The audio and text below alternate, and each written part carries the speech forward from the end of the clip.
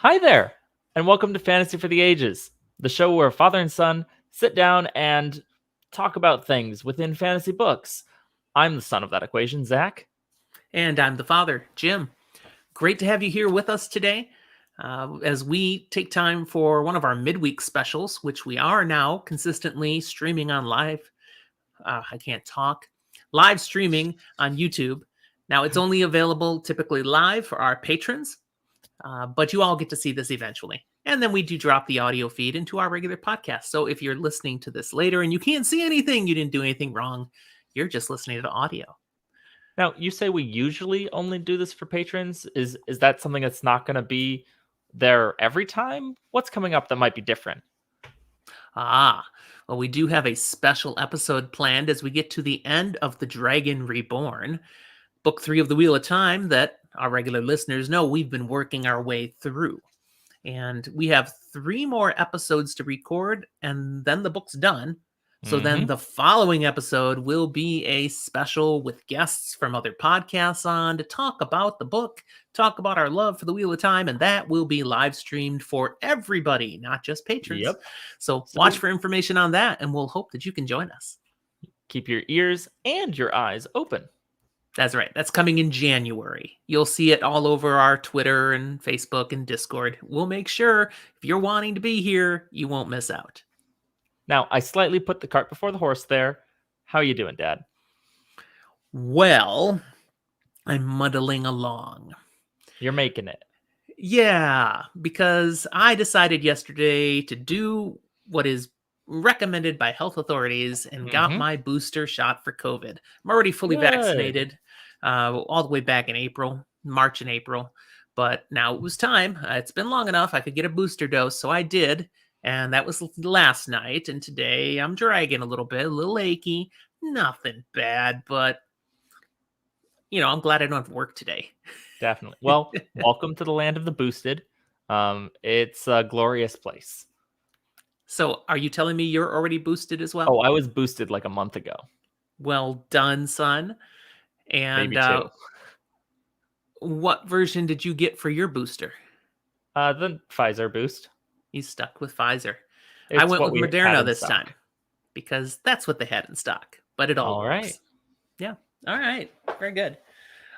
Because of that, I'm still just drinking water. If you've watched, or you wouldn't have watched, but if you listened to our previous episode in the feed, we did that right before this one. And that's why I'm still drinking water because, take care of the body.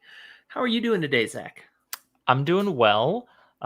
This is the first of hopefully many episodes that I'll be recording a little bit differently as I went and spent a good chunk of change with good Black Friday deals, investing in a computer for myself, a new setup, better for this, but also for me hosting D&D that I usually do, and any sort of schooling I might get back to before too long, and as well just playing games for fun. So you look strikingly clear. Even exactly. I have a new headphones camera. Look more brilliant. I have new light. I have multicolored things that are distracting. So if I find myself staring off in the distance, it's probably because I got distracted by my tech that I enjoy. But I'm excited. I must say, your headphones almost perfectly match our logo up there in the corner of the screen. Almost. So well chosen. All right. Well, let's talk about why we're actually here today then. Definitely. Our content today is one of our midweek specials, going back to something we haven't done for a couple of months. Our Rate a Magic System series. I love where we've these. taken a look. Yeah, where we've broken down the magic in a number of our favorite fantasy content, whether individual books or series. In the past, we've done The Wheel of Time, The Magic from Middle-earth, Harry Potter, the Shannara books, not to be confused with the icky Shannara Chronicle television. No, don't talk about that. But from the books. And then 2 things from Brandon Sanderson. We did both the first era of the Mistborn trilogy and his standalone book, Warbreaker. Today, we're returning to another Sanderson selection, this time his very first published novel, Elantris. Now, I have a suspicion, and we'll see if it proves to be true. I think this is going to get the lowest Sander score that we've given so far. It is possible. We shall see. If this is the first time you're watching or listening one of these Rate a Magic System series, understand that after we have a conversation about the magic and how it works and everything we kind of understand about it, then we're actually going to rate it using a rubric that specifically will rate on a number. I'm looking off to the side to where I have that. A number of specific categories: the consistency of the definition of the magic, the clarity of the magic, the power of the magic, the impact it makes, its practical value, and the means of usage, what it takes to use the magic. So we'll rate those and we'll end up with a score. But that's at the end. First, we got to understand what we're talking about here. Definitely. We definitely want our viewers and listeners to realize it's impossible for us to do this without spoiling Elantris to a considerable degree. So if you have not read this book, and it's not a very long read, stop now, go get a copy of it and read it.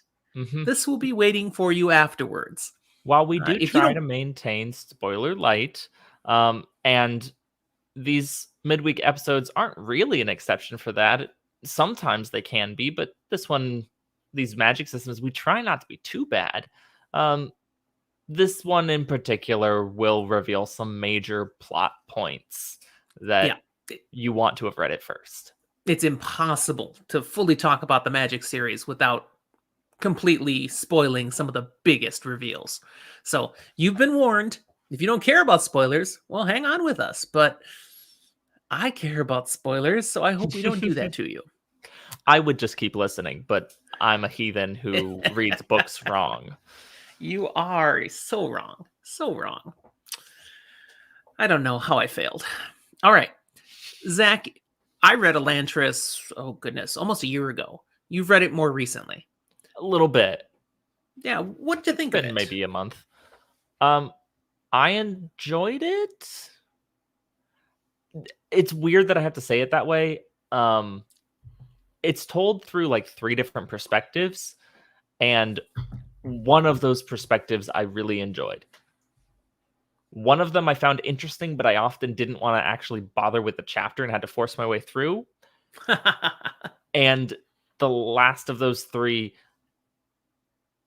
I'm sorry, but like, unless it was interacting with one of the other perspectives, I didn't care that much about the plot parts that were going on. I was like, this is filler to tell me what I need to know to get back to the other perspective.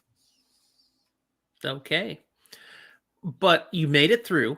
You pushed through the stuff that felt more like filler. Overall, would you recommend this book to a general fantasy reader?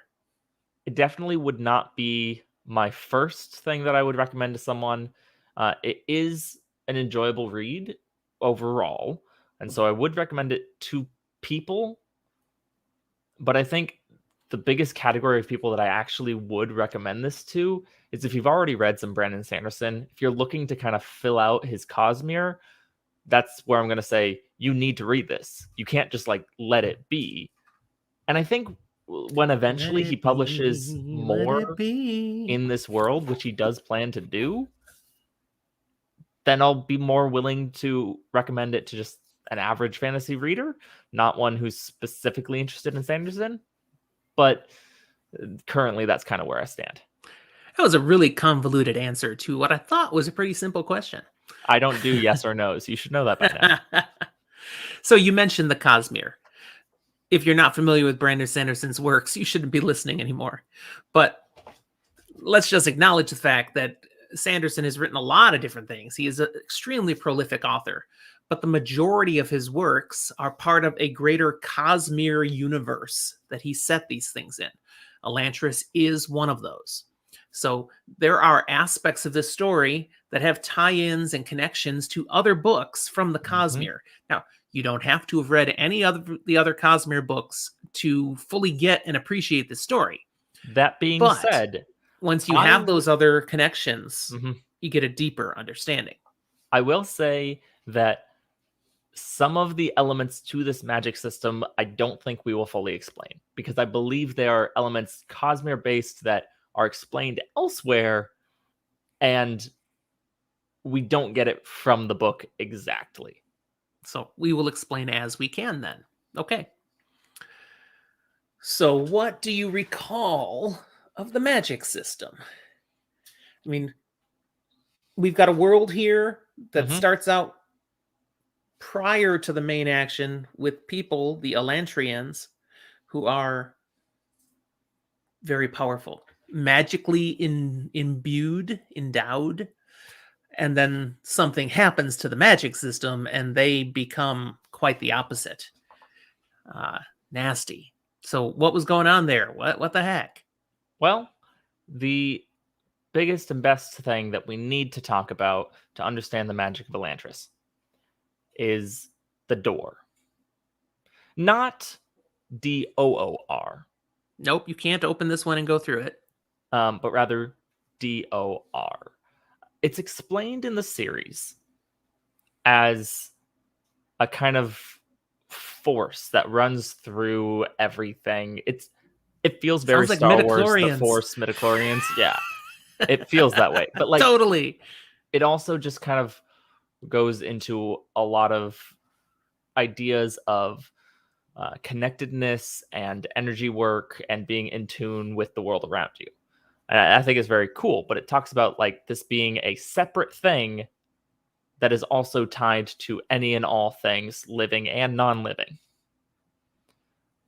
And any Wow, that form is of so magic, Force. yeah, any form of magic in this world is in some way tapping into and or manipulating the door. Some people would manifest an innate connection to this power. They weren't born that way. No. They transformed that way. But then when something went wrong in the world, something impacted the way the magic works, people would hit that point of transformation and not become some godlike immortal being. Instead, they would be these almost deformed, decaying looking things, kind of zombie-like.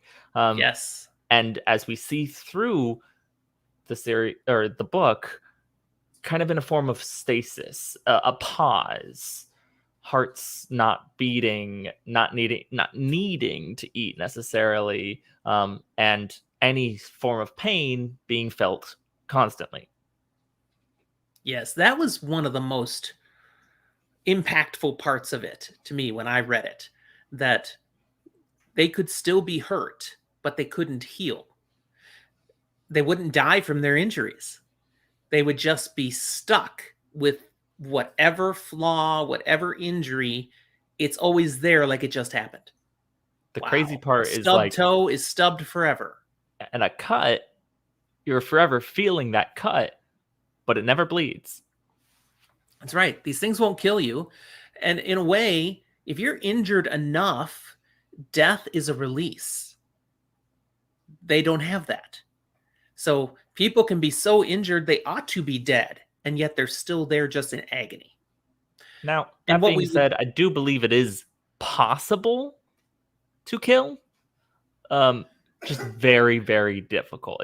Think like zombie style, you got to completely destroy and separate the head. The body would have to be completely, dust, gone, as far as we know. But could you imagine if even in that state, they still feel being burned up for eternity? That would suck. Oh, that would really. Now, of course, related to that, the people who are in this shape are in pretty bad shape. Not just physically, but mentally, because that takes a big toll. But again, that gets more into the plot of the story. So we don't need to expound on that too much. What we do need to say is that this form of the magic is the main one that we're going to be talking about. There are other forms of magic that tie into the door in this book. They're not touched on as much, but the Elantrians and how they use magic will be the main thing that we talk about here. for the Elantrians to access this door, what is it that they do? How do they use magic? Again, they're innately magic. That's a different thing. That's a Mm-hmm. passive version. But it Mm-hmm. gives them the ability to use the magic. What is it they normally do? And understanding when something has changed, that normal thing they do doesn't work right anymore. What is So it? it What are we talking about? starts with an understanding that the door is fundamentally connected to the world, to the land. And so Elantrians have the ability to draw glowing lines in the air. Now, I mean, that's true, but it's more complicated than that. Um, it's written and described to be somewhere between artwork and math. That starting with a singular specific symbol that is connected to other things in specific ways, um, you can then start putting other symbols or aeons together and make it do different things. If you have an extended and expanded knowledge of these aeons, you can piece them together as you would bits of fractal equations and basically do anything with them. How you draw them, their size, their relationship to each other, these shapes that you're putting together all directly impact how the door is accessed and manifests. So you have to study. So in this world, you don't just wave your hand and magic happens. I mean, it's like No. you said, there's a precision, there's a mathematics to it. You have to draw the stuff right, and then you'll get the right effect. To someone who doesn't know what you're doing, it looks like you're waving your hand around, lines are appearing in the air, and then something magical happens. So yeah, you're just waving your hands around and magic happens. But in actuality, it's simple, not so simple math and memorization done very precisely by those who happen to be attuned to it through both a genetic predisposition and the chance of being gifted this quality. Okay. Now, you mentioned the Elantrians do this, but they are not the only people on this planet. No. So, are you saying others in the planet cannot access this same power? Yes and no. Elantrians are the only ones able to access aeons and the door through this method. They need to be of a specific bloodline and in a specific place in the world for that change to occur. And even then, as far as they know, it's random. It just happens, usually overnight when they sleep. You They go win to the sleep one genetic way and wake lottery. up differently. And it was very much winning the genetic lottery until bad It things, and then wasn't. it didn't work so well. But plot. There are, however, certain peoples in different ways that have other ways to access the door and accomplish different things. It's not explored very much, but there seems to be a certain people that have martial arts forms. I often kind of saw it as Tai Chi, basically. Okay. And when done properly and right, in the same way of being very specific and methodical, it can access an otherworldly power, doing more. Okay. There also is another group of people that, in some way, shape, or form, access magic to mess with their bone structure and giving them super reflexes and like literally armor inside of their bodies through a weird Mm, artwork of twisted bone. It's kind of grotesque, but it definitely is not natural and is right. them manifesting that power in a different way. So the power is still the same power. This is the The power, the same magic source. of this planet. Some people genetically simply are able to access it. They still have to learn how to use it, Hmm. but they have the ability to access it. Then there are a couple other groups we learn about who find other ways to utilize the power. They're not doing what the Elantrians could do. No. They can't just wave their hands in the air and things. Yeah, they That have being to do said, something else. we do currently know very little about what they're actually doing to access it. This, as we said before, was Brandon Sanderson's first published novel. Some people feel it's not as high quality as some Hmm. of his later works. Now, I didn't necessarily feel that way, other than I'd say he doesn't go quite as in depth in this writing as he moves on to in other things he writes. He expands farther into the worlds and the characters he creates as he writes further. So this one is more shallow as a story, I thought. Hmm. I felt the magic system was a little softer, but that was okay. I was okay with that.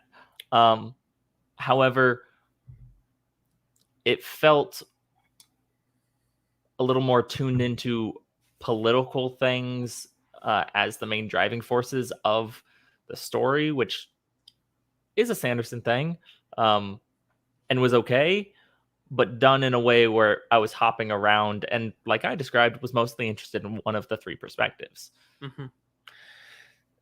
So we've got this major problem in the story that people who used to be amazing and powerful magical beings now are turned into living zombies.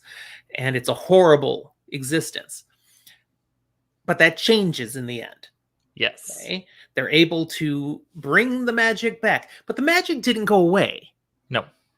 So this is an interesting thing here that I think is relevant to this conversation, because in order to access the magic and even to just naturally benefit from the magic, they had to know how to draw these certain symbols. But even just to be it themselves, they didn't have to draw anything. Yes and no. So okay, tell me more. Technically, something is drawn, which is what fixes it. But it is not a magic symbol in the air getting drawn. It is rather, as I said earlier, that the magic and the land are connected. So an event happened that changed the land and broke the magic. Yes. The Yes. land needed to be adjusted, or rather, the way in which the magic connected to it needed to be adjusted to reflect the change in the landscape. Now, what did you think of that? Because to be honest, that part I was like, really? Okay. I actually enjoyed and liked it in terms of the aeons themselves. The fact that it ended up like fixing the land part of it and actually making the land reflect and like connecting that final line, whatever. When it was supposed to have been something that was like constructed and made and then could just be reattached, connected by drawing a line in the sand basically through it with your finger, it felt like, no, you got to actually rebuild that. It needs to be fixed with construction. Come on. At the very most, Yeah. it's like, this is a band-aid, and that's not going to help. We need a full cast and time to heal. All right. So we can't talk really more about that without going too deep into spoilers. But suffice it to say, they do fix the physical problem with the land, which allows the magic to flow. The spice flows once more. And everybody's happy and wonderful all the time again. The end. I mean, that's pretty much what happens. Not really, there but anything we else? won't go into why. Well, again, we don't want to talk too much about the plot, but for the magic's purposes, that's pretty accurate. Sure. Yeah. All right. Is there anything else you want to say, you think we should say about how the magic itself works before we start actually breaking it down in the ratings? Yes, a couple of things. Okay. One, when I described it as being almost mathematical, that's specific. It's not you put the right pieces together and things happen how you willed them. No, quite literally, you have to write out what you need to happen. So if you need to throw fire, you need to specify how big, how far, where. And if you want to do something like teleporting, you absolutely can. but you do it based on the length of a stride, and you designate how big that stride is, and then how many strides in a specific direction. And if you miss and end up in a wall, you're in a wall. If I was living in this world and had to work with this magic system, I would find it immensely annoying because it's so meticulous. Some of the best, most magnificent things to accomplish are going to require a lot of effort to make sure you don't mess it up. It is rocket science. Yes, yeah. But you can accomplish literally that's anything. the real world. From creating something out of basically nothing, to changing your appearance, to teleporting, to throwing fireballs. You can do whatever. In a sense, the magic is science. Mm-hmm. So whatever you accomplish with it, you actually earn. The one last thing that I wanted to kind of mention here is the concept of another being of sorts. I'm going to say Seons. They're Seon. Mm-hmm. And it's never really explained what they are or where they're from. But they're these floating, glowy construct things that kind of look like Aeons personified. And they have personalities, and they live. Mm-hmm. They don't seem to die. Nope. But they do like bond to a person and serve them, doing a number of useful things, including just flying around, doing whatever. And most usefully, talking through each other across great distances. Mm-hmm. You can use it as a phone to call someone across the world who also has a Seon in their service. You can phone home. This is magic. This is wonderful. It uses the door somehow. That's as much as I can tell you. We don't know what these things actually are, where they're from, or why. At least not in the book. So with this understanding to this point, let's break this thing down. What are we talking about here? Let's do it. 6 rating areas, and I propose that we're giving Aeons. I was going to propose the same, so I think we're down. All right, so how many of 5 Aeons in each of these categories with a possible max of 30 Aeons that this can earn? First one, again, consistency of definition. We break that down as to what degree is this magic system clearly defined with rules that are consistently followed. Everywhere from vague and it bends to the plot constantly to rules that are set in stone. Where would you put this one? I would put this pretty high in that the rules that it does establish, it can't break. It just does the thing where you start learning rules and you don't know what the part you're missing is. I don't think I'd go all the way to a 5, but I'd give it a 4. Okay, see, I could go with a 5. I can't think of anything that is left where this is the way it is. Oh, except if you do this other thing and then it doesn't count, and we can... I mean, it's consistent. The biggest thing is going here and there. There are little things where I don't know the why, and it's just I don't think it was explained. For example, there's a specific pool that has magical qualities of some way, but the how and why it isn't explained. So for that lack of, but I don't know how and why it's consistent. So I dip it a little bit. I could go with your 5 though if you want, because I think we can address your concern with the next rating area. Exactly. All right, so we'll give it a 5 for consistency of definition, but the next one is clarity. How well is the magic system revealed to the reader? And here, for sure, there are things that these Seons, how are they doing that? What's this pool? Huh? Why did this physical thing happening to the land completely mess everything up? And there's a lot of things that are left kind of gray.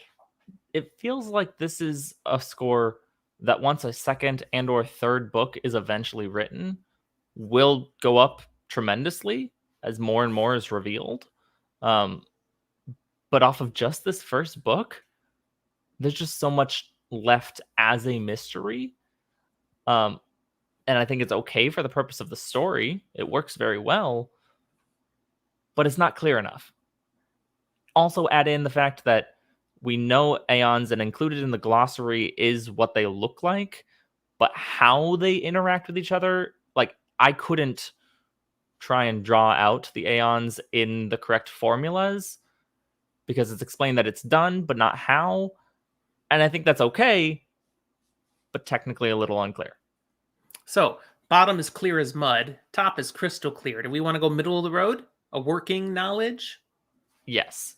I would give it a 4 on the aeons alone, but you add in seance and whatever the other magic systems that access the door are that aren't these aeons, and it needs to be a 3.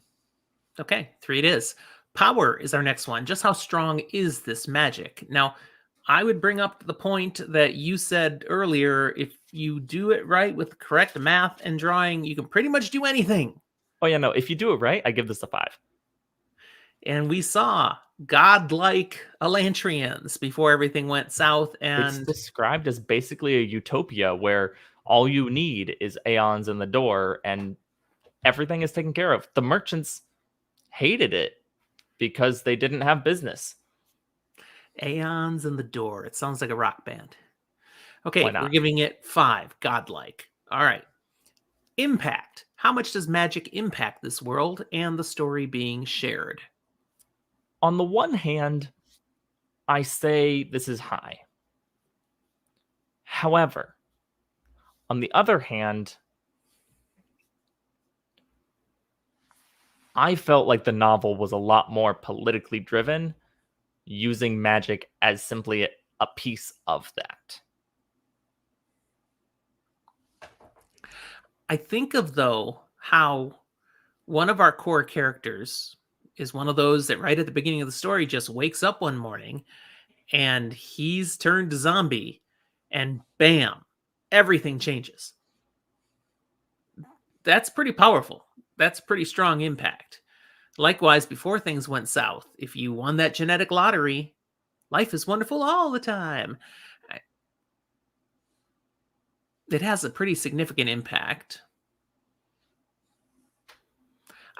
There's parts of the world that really aren't impacted by the magic at all. Exactly. I mean, like we said, it's tied to this place, and we even do find out that the further from this place you are, the weaker the magic is. Mm-hmm. Mm-hmm. So, are we muddling into a middle of the road score then on this one?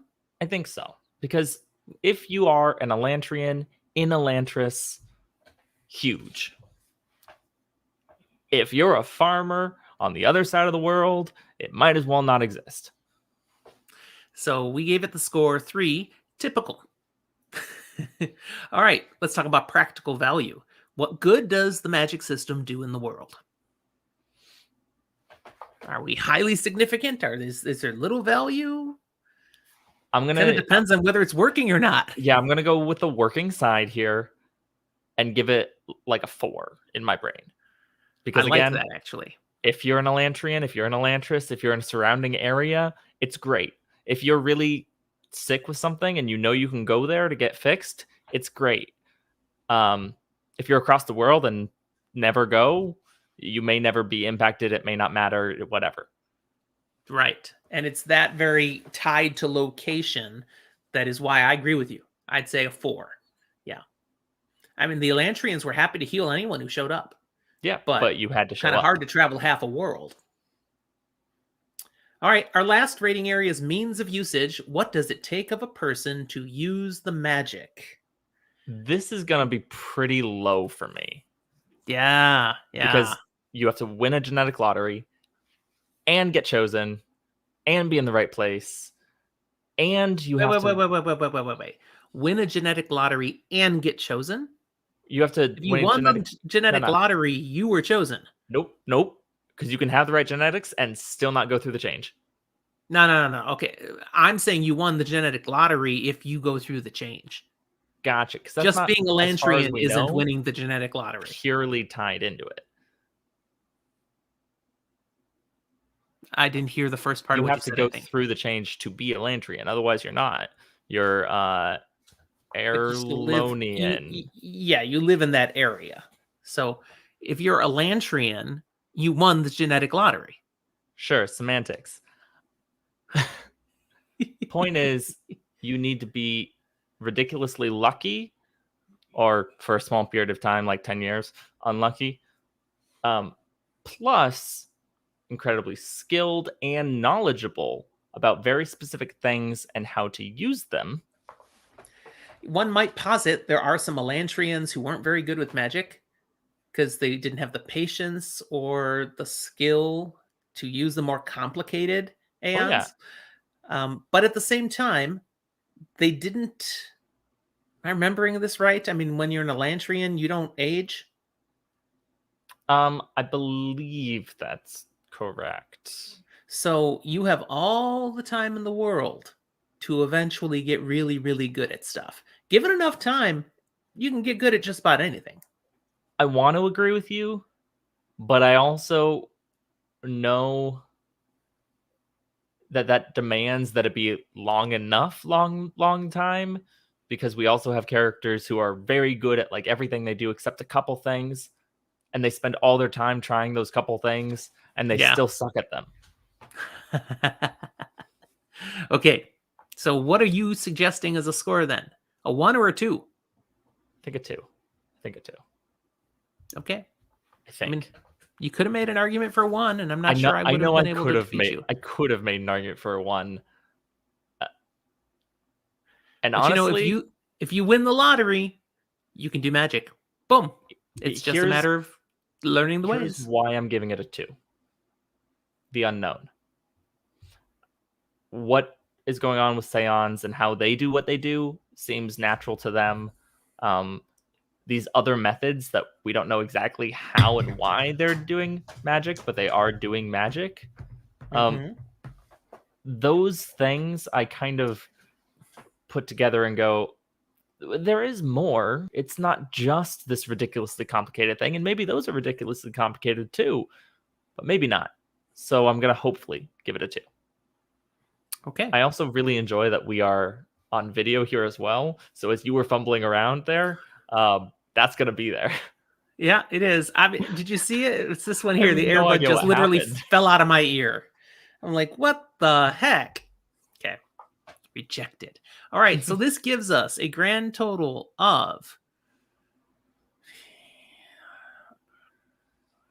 22. It's better than I thought I was going to give it, actually. Yeah, we have been harder on others. We were harder on Middle Earth. Yeah.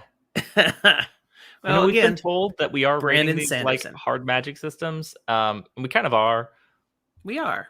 But we're not saying that this does or doesn't make it a good story or having magic be enjoyable. That's right. But just how we are choosing to rate it on its own personal scale. So 22 aeons out of 30. There you go. And I did still enjoy the story. I enjoyed its connection to the Cosmere. As I read more and more of the Cosmere, the tie-in becomes more relevant. And as Zach finally reads a lot more of the Cosmere, he'll get some more of this too. You still have the Stormlight Archive to jump into, and I don't think you've done anything of Era 2 of Mistborn, have you? I have not done either of those yet. They are close to being on my list here. But I believe I'm either going to Era 2 next or Stormlight Archive next.